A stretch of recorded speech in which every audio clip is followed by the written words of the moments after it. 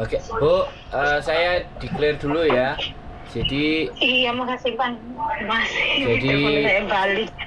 apa namanya pembicaraan ini akan saya naikkan ke dalam konten YouTube saya. Jadi mohon tidak menyebutkan nama dan identitas siapapun dalam percakapan ini. Oh, iya Mas. Iya, siap Mas. Gimana, Makasih Mbak? loh Mas sudah telepon balik ya. Gimana? Begini Mas, saya mau bertanya tentang ini apa paspor.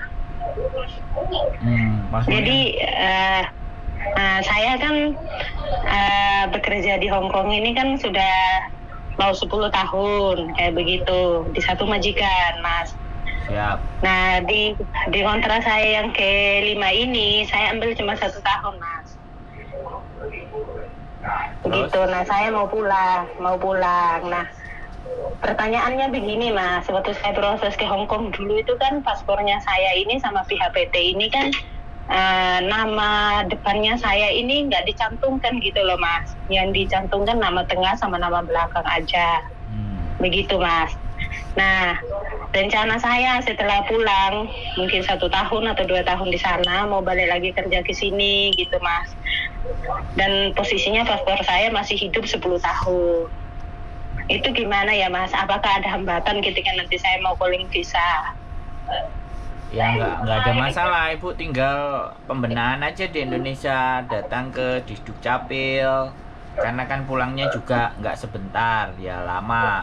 Jadi iya benar. jadi di KTP-nya diikutkan seperti landasannya paspor aja kan kayak gitu, karena Ibu juga sudah lama di Hong Kong, artinya kan nanti bisa laporan atau bagaimana untuk buat KTP yang disesuaikan dengan nama di paspor kan kayak gitu. Oh, masalahnya saya sudah ada KTP Mas, KTP Indonesia. Ya makanya itu dibetulkan. Oh begitu ya Mas. Ya kalau iya, sampai jadi bisa.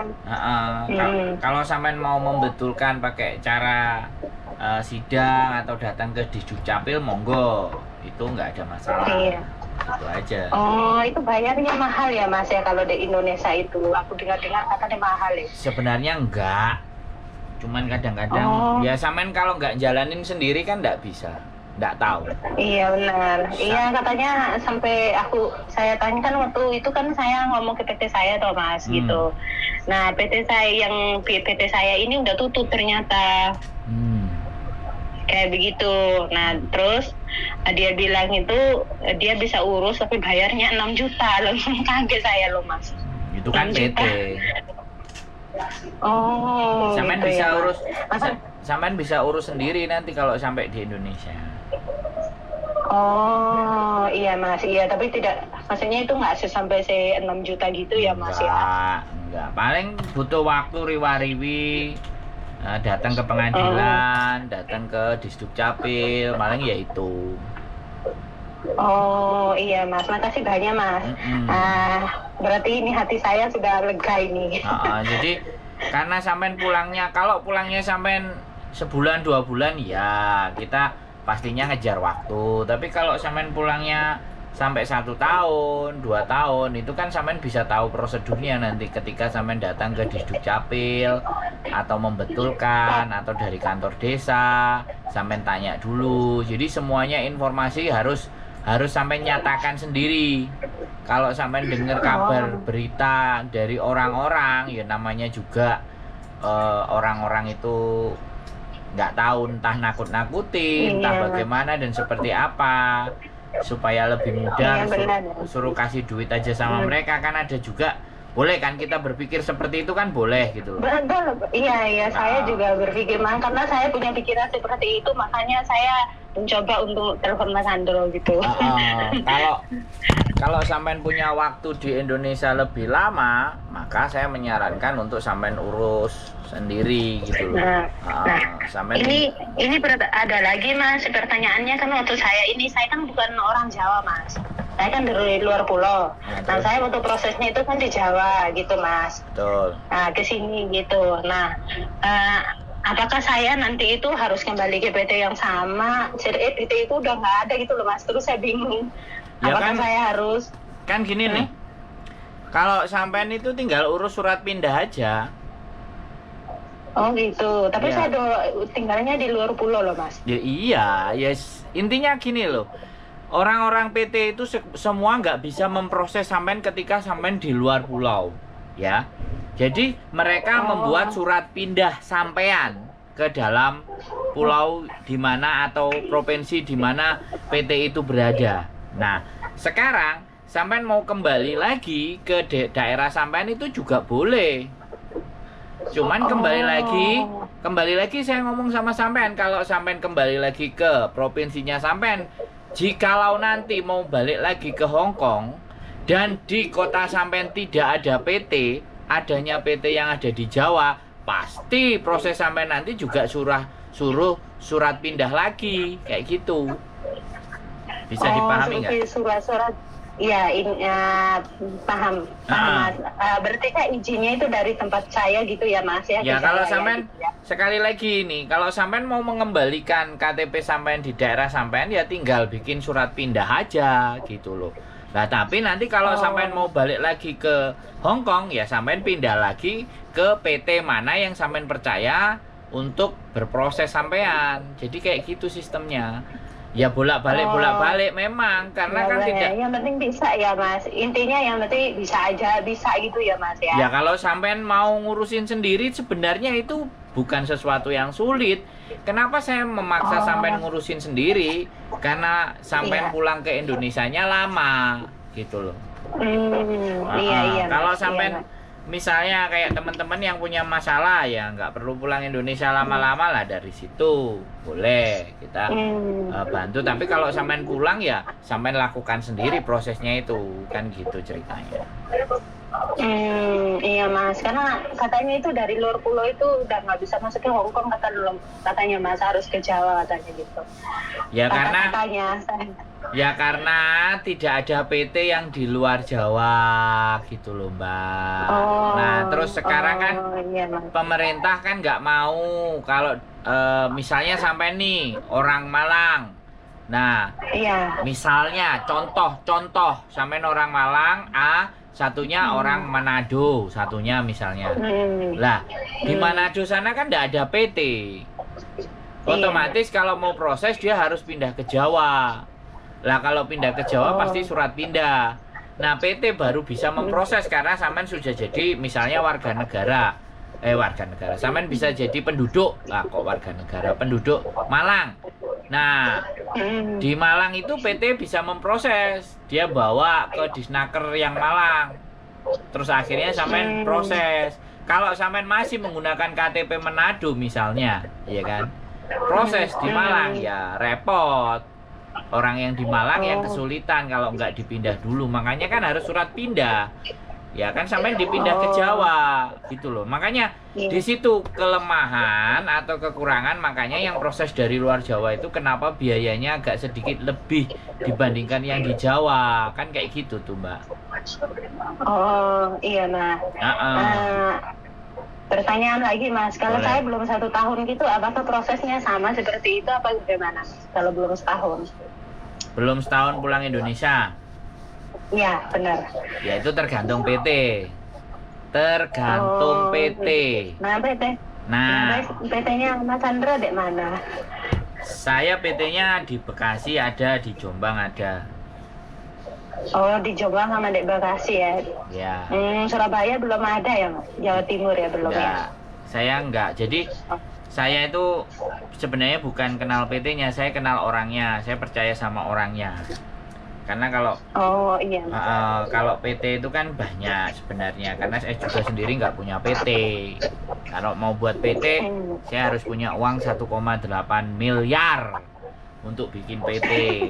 Jadi kadang-kadang seperti itu Mbak, uangnya kan buat deposit aja. Jadi kalau sampean yakin dan percaya dari saya ya silahkan pulang dulu, nanti setelah pulang baru dibicarakan. Jadi tapi pastinya proses di Hong Kong itu ada 2. Yang pertama overseas, yang dari luar Hong Kong, yaitu tanda tangannya ibaratnya di Indonesia, atau proses yang di dalam Hong Kong. Karena anak finish itu kan nggak perlu keluar. Nah itu proses yang di dalam, ada 2 form dan itu formnya berbeda gitu. Nah, biasanya kalau Maksudnya masih saya ini kalau nggak finish bagaimana? Maksudnya saya kan nggak finish itu bukan karena ada masalah, karena memang perjanjian sama majikan itu ngambil cuma 1 tahun gitu mas. Tapi nggak ada baik-baik, masalah, nggak ada masalah. nggak ada masalah. Oh, Ada ya, masalah itu makasih. kalau sampean tukang nyuri, sampean ngelanggar Iya. lampu merah, sampean itu mukuli Iya. orang, itu baru masalah. Tapi kalau Iya, cuman Mas. masalahnya break, gak cocok dengan majikan, atau memang break, majikannya nggak suka kita, interminate itu pulang Indonesia juga nggak ada masalah. Jadi kita itu menganggap masalah itu ketika kita nggak finish itu doktrin ya Mbak. Itu orang selalu Iya. berpikir bahwa Iya. kalau nggak finish itu nggak bagus. Nggak begitu juga gitu loh. Jadi- iya. Jadi finish dan tidaknya seseorang itu kan tergantung kemampuannya. Kalau memang dia bisa finish, menyelesaikan ya bagus. Karena peraturannya Hong Kong itu. Tapi bukan berarti ketika kita break dan atau kita interminate itu kita nggak bagus, bukan begitu juga artinya. Gitu loh. Jadi nggak Iya. perlu khawatir dengan kata-kata interminate dengan break. Nah sekarang kan kondisi yang ada di kenyataan itu kan kita sendiri yang tahu. Dan saya nggak boleh ngejudge awakmu break, kamu itu jelek, awakmu interminate, awakmu nggak bagus. Dan saya nggak boleh bicara seperti itu. Karena situasi dan keadaannya yang dihadapin sama teman-teman, mental dan psikisnya itu kan masing-masing. Iya betul mas. Jadi betul. kita nggak bisa judge kalau kayak gitu. Makanya omongan-omongan di luar sana, kalau kamu nggak finish kamu gini aku bilang. Itu kan membuat kita jadi down. Nah, saya nggak kepingin Iya.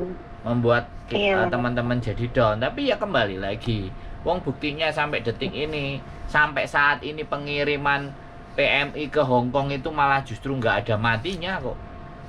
Iya, tambah Jadi- banyak ya mas. Nah, jadi walaupun beritanya banyak yang break, banyak interminate, buktinya PT itu juga nggak tutup-tutup kok. Ayo, tutup buka Iya, lagi, benar-benar. tutup buka lagi nama yang Iya. beda, tutup buka lagi nama yang beda, lah kan? Terus Iya. yang benar, menjadi Mas. masalah di mana kan?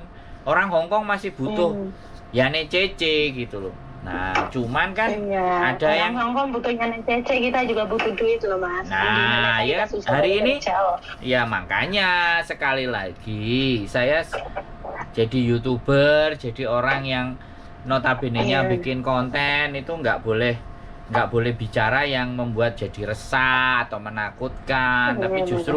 justru mendudukkan semua persoalan itu pada porsinya. Harapan saya tuh Iya, begitu. yang di Indonesia juga jangan bersuli-suli. Kalau orang mau cari uang di Indonesia aja nggak sediakan lapangan pekerjaan. Nah, itu ngomongnya sama Pak Presiden, Mbak, nggak usah. Jangan ngomong sama saya, itu ngomongnya sama Pak Presiden yang ada di sana gitu loh.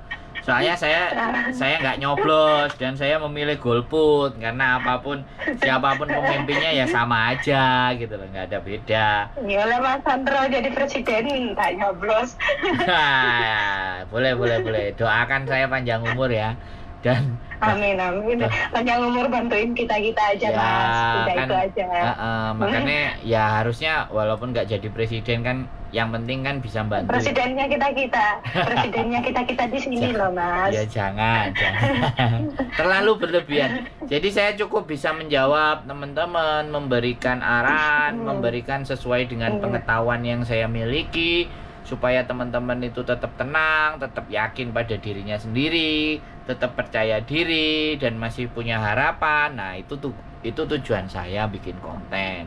Iya. Jadi Iya Mas. jangan sampai membuat jadi galau, jangan sampai membuat jadi tambah takut apa semua. Nah, itu nggak menjadi harapan saya. Iya.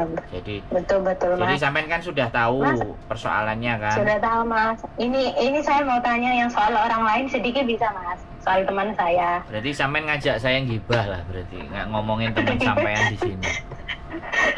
Dosanya Ini- sampean lo ya. Ini kan Dosanya saya sampean kan lo. bingung, Aku nggak mau Iya, nanggung nggak dosanya apa-apa. lo ya. Aku Sampean yang yang nanggung dosa, dosanya karena lo. aku bantu ngomongin temanku itu kan bantu untuk kebaikan toh Mas, nggak dosa kan Mas? Lah, kalau dosa dan tidak bukan saya yang nentuin. Intinya kalau ada dosanya sampean yang nanggung, sampean yang ngajak omong kok. Aku sudah ngomong di Iya depan. benar-benar. Yang penting namanya nggak tak sebut wes lah. Oh ya, boleh silahkan. Gini Mas, temanku ini kan diintermini sama majikannya. Terus dia sudah mendapat apa yang menjadi haknya dia kan Mas. Terus dia cari majikan di agent kayak begitu. Dia udah dapat majikan. Nah, yang bikin saya bingungnya itu dia udah dapat majikan, otomatis kan dia nunggu visa di Indo kan Mas. Tapi agentnya itu motong dia itu $9.000 loh Mas. Apakah itu memang peraturannya seperti itu apa gimana Mas? Ya dilaporkan no. Lah iya makanya itu Mas, dia dipotong 9.000. Nah saya kan bertanya-tanya gitu, setahunya saya itu kalau kita udah dapat majikan tuh bisa di Indo apakah sebegitu besar kan, yang saya dengar dari teman-temannya lain itu kan nggak seperti itu Mas. Enggak, Gitu. sebentar. Jadi Sebentar. Kalau dia dipotong 9.000, ya kalau dia dipotong 9.000, tanda tangannya di Hong Kong apa di Indonesia? di sini Mas. Oh, Dia berarti- di sini Berarti dia harus dia pulang Indonesia, berarti kan dia meminta sesuatu. Nah, kalau dia bisa buktiin ada apa slipnya, pembayaran, ya udah dilaporin aja ke labor. berarti itu salah ya Mas. Maksudnya itu berarti agent seperti itu Gini, salah Mbak. itu ya Mas. Saya tanya. Gini Mbak, saya nggak bisa bicara salah dan benar karena saya bukan Iya. berbicara yang bersangkutan. Bisa dipahami nggak? Iya, Mas. Karena bisa. karena cerita sampean dengan cerita teman sampean itu bisa ada myvennya, bisa ada vitsinnya, bisa ada vitaminnya, bisa ada macam-macam yang ditambahin kan. Nah, untuk lebih jelasnya kan memang kita berbicara ke dia. Tapi sekarang karena sampean mengajak saya berbicara tentang itu, ya saya bilang biaya yang dibutuhkan untuk agensi di Hong Kong dan kita mencari majikan, sekali lagi, itu cuma 10% dari gaji. Tapi karena gini, permintaan dia pulang Indonesia otomatis, nah ini aku nggak ngerti, agennya mau dimasukkan ke dalam yang cari majikan tanda tangan di Hong Kong, atau sekali lagi dia ditandatangankan di Indonesia yang overseas dianggap sebagai overseas. Kalau dianggap sebagai overseas, 9.000 Hong Kong dolar itu dipotong, itu lumrah. Karena 1,6 dikali 6 potongan itu sekitar 9.600. Nah, itu peraturan Indonesia. Makanya pastikan dulu gitu loh. Agennya ini memprosesnya menggunakan formulir yang finish di Hong Kong atau yang menggunakan formulir yang overseas. Jadi di situ keperbedaannya. Oh, perbedaannya begitu. Nah, itu terus yang saya kedua. belum tahu ini Mas. Nah, terus yang kedua, saya ngomong sama sampean, kalau dia finish, selesai di sini, cari majikan yang baru, terus dia meminta pulang Indonesia. Nah, ada kewajiban agent untuk membayar PT di Indonesia untuk prosedurnya. Lah dari Indonesia, prosedurnya ada uji kom, ada ABCD, ada bla bla bla bla, ada PAP, ada semuanya, atau biaya pelatihan lah, macam-macam. Nah, itu peraturan Indonesia. Karena dia pulang Indonesia, dia bisa jadi diberlakukan peraturan yang Indonesia itu, bukan peraturan yang Hong Kong. Makanya di sini tergantung bagaimana agen menanganinya. Makanya saya nggak bilang ini benar itu salah. Sampai tadi kan pertanyaannya itu pertanyaan jebakan, Mbak. Kalau saya ngomong benar, saya ngomong salah lah, emang saya lebor. Nah, emang saya orang yang paling benar? Enggak, ini dilihat dari case-nya. Makanya kenapa kalau ada orang yang bertanya dan itu bukan dirinya sendiri, ada sesuatu yang saya tanyakan dan pastinya sampean nggak bisa jawab karena sampean bukan yang mengalami, kan kayak gitu loh ceritanya. Makanya kan saya ketika sampean jawab itu benar, itu salah, saya tidak bisa. Saya tidak bisa itu saya benar, itu dibenarkan atau itu disalahkan, gitu loh. Dan sekali lagi strategi setiap agent itu berbeda-beda. Inti dan prinsip dasarnya tadi, apakah dia dianggap sebagai overseas atau dia dianggap cari majikan di Hong Kong dan tidak perlu keluar dari Hong Kong, itu persoalannya. Makanya banyak yang teman-teman yang kalau mau ganti majikan itu disarankan setelah masuk majikan baru cuti gitu loh. Ada juga iya, agent saya ada baru juga paham. ada juga agent yang boleh dia dari Hong Kong pulang dulu baru nanti proses lagi, tapi tetap kalau lewat Indonesia kan pasti ke PT lewatnya. Hmm, Tapi kalau finish di Hong Kong kan nggak ada PT cuma Iya. diminta copnya saja. Iya mas. Iya, Ini jadi saya baru tahu mas penjelasannya, karena jadi bisa kenapa dia jadi kitanya juga tidak menyalahkan juga mas gitu kalau udah tahu. iya. Jadi itu yang Karena harus dia tahu. cari majikannya itu kan dari sini, dia udah dapat majikannya kan baru pulang gitu. Nah kaget ketika langsung dipotong satu kali, memang itu segitu banyaknya gitu, jadi lumayan kaget. Tapi pada prinsipnya kalau dia menyerahkan uang ke agent angkanya segitu, nah hati-hati itu agent bisa kena, Nah, bisa kena. dia menyerahkan uangnya dia ini semua mas. Nah, Ya dia dikembalikan separuh. Nah 9.000 tersebut langsung dipotong. Makanya itu yang bikin kaget kan mas. Tapi dia bawa resit dibalik nggak? itu pun, Nah, kayaknya kurang tahu kalau dia bawa. Tapi dia udah tanda tangan ya. Saya bingungnya dia kenapa tanda tangan, kenapa tidak bertanya dulu. ya nggak ke apa-apa, orang daripada dia pulang Indonesia terus potongan, kan artinya seperti itu. Jadi sekali lagi ya, duduk persoalan ini masih blur, masih absurd kalau kita bicaranya kita nggak jelas karena kita yang dibicarakan adalah pihak ketiga. Ya kan? Aku, saya, dan dia. Nah, dianya perjanjiannya dengan agennya seperti apa? Sampai apakah tahu secara detail kan nggak ngerti. Jadi itu nggak bisa disimpulin dia yang salah, dia yang benar, kita yang benar, dia yang salah, bukan begitu. Makanya duduk persoalannya seperti apa kan, sampai cuma nanya. Kalau sampai nanya saya kasih pemahaman gitu loh. Saya kasih pemahaman seperti itu, tapi kita tidak boleh berbicara antara dia benar dan dia salah. Nggak bisa seperti itu.